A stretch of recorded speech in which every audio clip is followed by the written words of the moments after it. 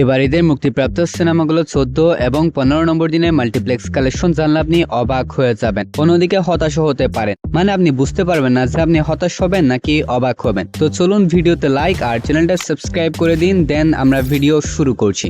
ওকে, তো প্রথমে কথা বলা যাক আফরান নিশোর দম সিনেমা নিয়ে। মুক্তির 14তম দিনের শো কমেছে, তবে বেড়েছে দম সিনেমার কালেকশন। সেই দিন স্টার সিনেপ্লেক্সে 15টি, লায়ন সিনেমাসে 3টি মিলিয়ে সিনেমাটার মোট শো চলেছে 18টি। এর মধ্যে 11টি শো ছিল হাউসফুল, এছাড়া অলমোস্ট ফুল দেখা গিয়েছে আরো 2টি শো।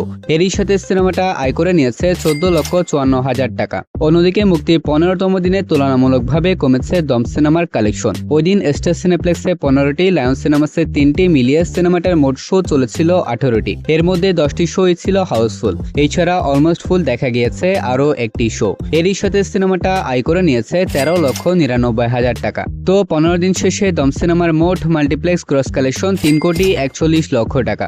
নেক্সট রয়েছে প্রেসার কুকার। শো কমলেও মুক্তির 14তম দিনে বেড়েছে প্রেসার কুকার সিনেমার কালেকশন। সেই দিন স্টার সিনেপ্লেক্সে 7টি, লায়ন সিনেমাসে 1টি এবং কে স্ক্রিন সিনেপ্লেক্সে 1টি মিলিয়ে সিনেমাটার মোট শো চলেছিল 9টি। এর মধ্যে 6টি শোই ছিল হাউসফুল। এরই সাথে সিনেমাটা আয় করে নিয়েছে 6,18,000 টাকা। অন্যদিকে 15তম দিনে বেশ ভালোই হোল্ড বজায় রেখেছে রায়হান রাফি পরিচালিত সিনেমা প্রেসার কুকার। সেই দিন স্টার সিনেপ্লেক্সে 7টি, লায়ন সিনেমাসে 1টি এবং কে স্ক্রিনে 1টি মিলিয়ে সিনেমাটার মোট শো চলেছে 9টি।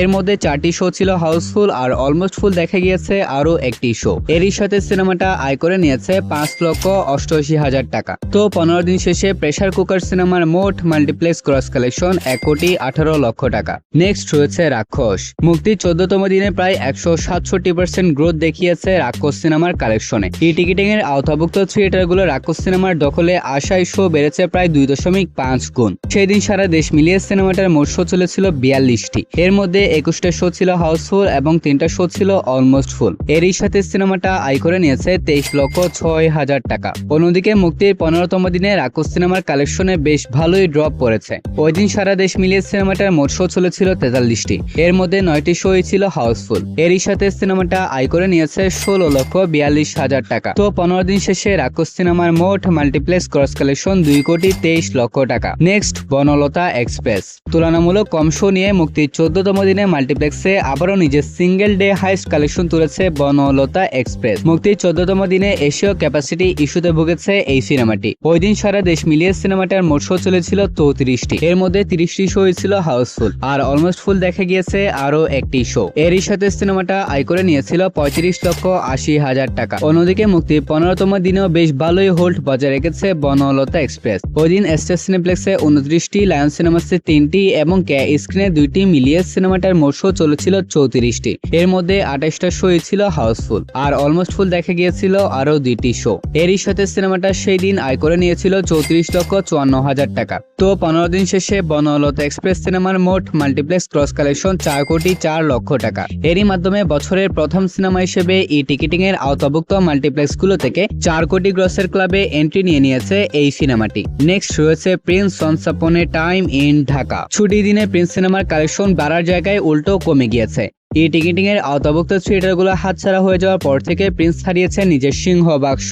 সেদিন স্টার সিনেপ্লেক্সে 4টি, লায়ন সিনেমাসে 2টি, কে স্ক্রিনে 1টি মিলিয়ে সিনেমাটার মোট শো চলেছে 60টি। এর মধ্যে 2টি শো ছিল হাউসফুল। এরই সাথে সিনেমাটা আয় করে নিয়েছে 3,88,000 টাকা।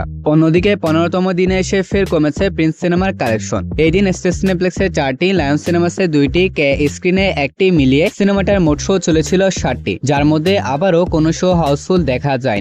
এরই সাথে সিনেমাটা আয় করে নিয়েছে 2,10,000 টাকা। তো 15 দিন শেষে প্রিন্স সিনেমার মোট মাল্টিপ্লেক্স ক্রস কালেকশন 1,89,00,000 টাকা।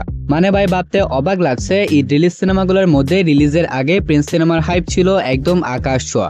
সাথে সিনেমাটা নিয়ে মানুষের এক্সপেকটেশন ছিল অনেক বেশি। সবাই আশা করে বসেছিল যে এটাই হবে দেশের প্রথম 100 কোটি আয়কারী সিনেমা। কিন্তু দেখুন এই সিনেমার এখন কি বাজে অবস্থা। সিঙ্গেল স্ক্রিনগুলোতে অলরেডি অন্যান্য সিনেমাগুলোর প্রদর্শন শুরু হয়ে গিয়েছে এবং প্রত্যেকটা সিনেমায় ভালো করছে। তাই প্রিন্স হয়তো অল্প কিছুদিনের মধ্যে সিঙ্গেল স্ক্রিনেও নিজের সিংহাসন হারাতে চলেছে। তো দেখা যাক শেষ পর্যন্ত কি হয়। সো গাইস, এটাই ছিল আজকের ভিডিও। যদি ভিডিও ভালো লাগে তাহলে ভিডিওতে লাইক আর চ্যানেলটা সাবস্ক্রাইব করে রাখতে পারেন। তাহলে দেখা হবে পরবর্তী আরো একটি ভিডিওতে। ততক্ষণ ভালো থাকবেন, সুস্থ থাকবেন, টেক কেয়ার, আল্লাহ হাফেজ।